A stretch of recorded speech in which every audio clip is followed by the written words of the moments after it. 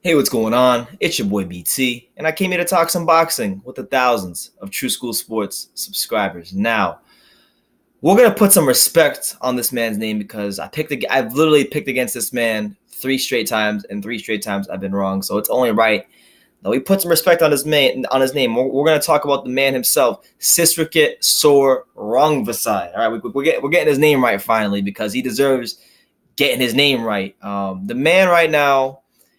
He just beat Juan Francisco Estrada in a close fight where I think he showed that he was much more than just some strong physical fighter. No. This man is a smart fighter. He is a smart, intelligent fighter, and he deserves to be recognized as a smart fighter with the way he fought Estrada, particularly in the early part of the fight.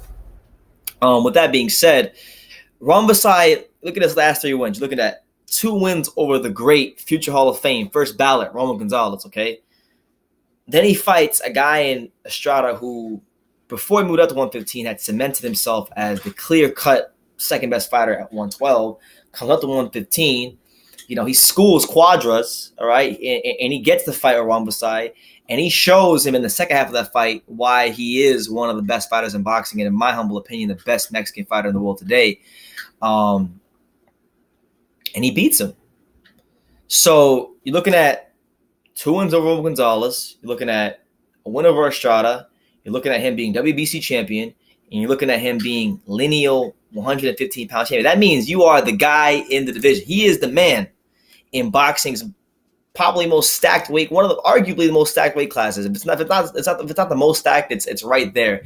And then the difference between this weight class being stacked as opposed to other ones is that the guys are actually fighting each other. Only 2 weight classes in boxing right now that are stacked divisions where guys are consistently fighting each other, and it's been proven over a 3-year span that the guys are consistently fighting each other is 115 and cruiserweight. Every other division, there's guys ducking someone somewhere, but at 115, you don't really get the ducking as much. So.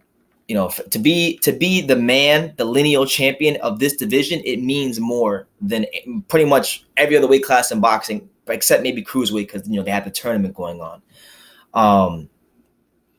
It's quite the Cinderella story because when we talk Rungviasi, this is a guy that he didn't have it. He didn't have things handed to him. When you talk about a true success story in boxing, Sisriket Sor Rungviasi has proven to be just that. Now, I thought he lost the first Roman Gonzalez fight, but Roman had a chance. Roman did get a chance to get it done in the second fight. He wasn't able to get it done in the second fight, as much as it sucks to say that. But when we look at this man's resume, right, you go back to when he turned pro. He turns pro in 2009. He loses to Akira Yagashi, who was also been a world champion many times, but he lost to Akira Yagashi. Got stopped. He got knocked out in his first 2 fights. I think that's what you guys fail to understand. Rambasai got knocked out in his first 2 fights. He had 1 win, 3 losses, and a draw his first 5 fights in boxing. And he's had to learn on the job. And then he had to fight with Quadras, where he was a world champion and really wasn't a proven world champion. So that was a chance to prove himself. And that was a fight where the fight got stopped on cuts, and it was technical decisions. So then he lost that fight. Then he had to rebuild himself up. Then he gets the Roman Gonzalez fight where nobody's really picking him to win. He gets a decision over Roman. Then he knocks Roman out, and then now he's beating Estrada to become lineal champion. So you can't make this stuff up, man. Only in boxing, well, not only in boxing, but only in boxing to this degree can someone who has such a terrible start to their career. Comes from pretty much nothing. He was basically a janitor. He used to, make peanuts in Thailand. He used to eat food out of a dumpster, and now this man is, without a shadow of a doubt, because now that Inoue has hiked his skirt and went up to 118, I hate to say that, but if I'm gonna call out fighters that I can't stand, like the Andre Wards, Mikey or Garcia's, or what I disagree with, though, I'm definitely gonna call fighters out that I like. When they're on some straight BS, and Inoue is on some straight BS. Do one at 118. He wanted no smoke or Rungviasi. So for him not being in the weight class and for the wins this man's gotten, and now he's lineal champion. So he is clearly, without a shadow of a doubt, the best fighter at 115 pounds. And as far as what he should do next, some people may think, there might be people out there who think Estrada won that fight. Just for the sake of the fight being such an exciting fight, I would love to see a rematch. But if not a rematch, then they could look the Arroyo route. But honestly, they're out. The fight that needs to happen is Inoue. Inoue needs to have that fight before he even has one fight at 118. I don't want to hear that he's weight drained. I don't want to hear that. I don't want to hear any of that bullshit. Like he fought on December 31st. The very last day of last year, New Year's Eve. And he had no problems making the weight to fight Jan Boyot, or what the hell the guy's name was, a French guy. So, before you went to 118, right? A lot of people, myself included, were calling you the number one 115-pound fighter in the world. And then the weight class got stacked. The Roman Gonzalez of the world came to the division, Quadras, Estrada, guys like that started coming up in the division. Donnie Nietes will probably make his move up to that division at some point in time. And he moves up to 118, never fighting one of those guys. So you got to prove, and I'm going to kind of sound like, because Andre will be saying this in his interviews, but he's got to come back to 118, right? Fight this guy, and he's got to prove everything that people says he is in a fight with Rungviasi. That's the fight. Rungviasi has beaten Estrada. He has beaten Roman Gonzalez. Top level names, future Hall of Fame caliber fighters. Okay, so he's proven, he's tried and true, and he's proven what he is in that ring, and he's shown that he's a strong fighter, that he's a durable fighter, that he is a thinking man's fighter in the ring, because he fought another thinking man's fighter in the ring, and he outthunk the thinking man's fighter for the first half of the fight. So, I don't know, man. I don't know. As far as I'm concerned, his fight with Estrada, all it did to me was, number one, cement that he was the guy in the division by him becoming lineal champion. But aside from that, it also established the fact that he is a top 5, without a shadow of a doubt. He is a top 5 pound-for-pound fighter. Whether you like it or not, he's top 5 pound-for-pound fighter. Because, I mean, let's look at it, right? We'll go on Ring Magazine while I'm sitting here talking to you guys. And I'm waiting for it to load. But I can name a couple fighters on their list that I know already that he deserves to be rated higher than. Number one, he definitely deserves to be rated higher than Errol Spence. And I like Errol Spence, but he deserves to be rated higher than Errol Spence. He definitely deserves to be rated higher than Canelo. So I'll go through. We'll go through. I'm gonna go through the list, and I'll tell you guys how many fighters I think he should be above on their list. So they got Rigondeaux at number 9. Rungviasi's 10. Rigondeaux's number 9. He's definitely should be higher than Rigondeaux. Should definitely be higher than Spence. Should definitely be higher than Inoue, because Inoue hasn't fought anybody at the best fighters at 115. Definitely higher than Mikey Garcia. That's not even a debate. Definitely higher than Canelo.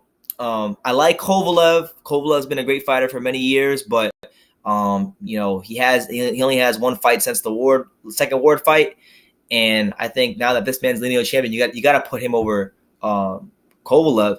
And honestly, if you want to tell you the truth, if you look at his last 3 fights, if you were to look at Rungviasi's strip away the fact that Terrence Crawford became an undisputed champion, right? The belts, everything went well for him to get the belt. So and he became an undisputed champion. So that's great. But just looking at the quality of opposition, nothing more than the quality of opposition of their last 3 fights. You compare Roman Gonzalez twice and Estrada to what Crawford fought Indongo,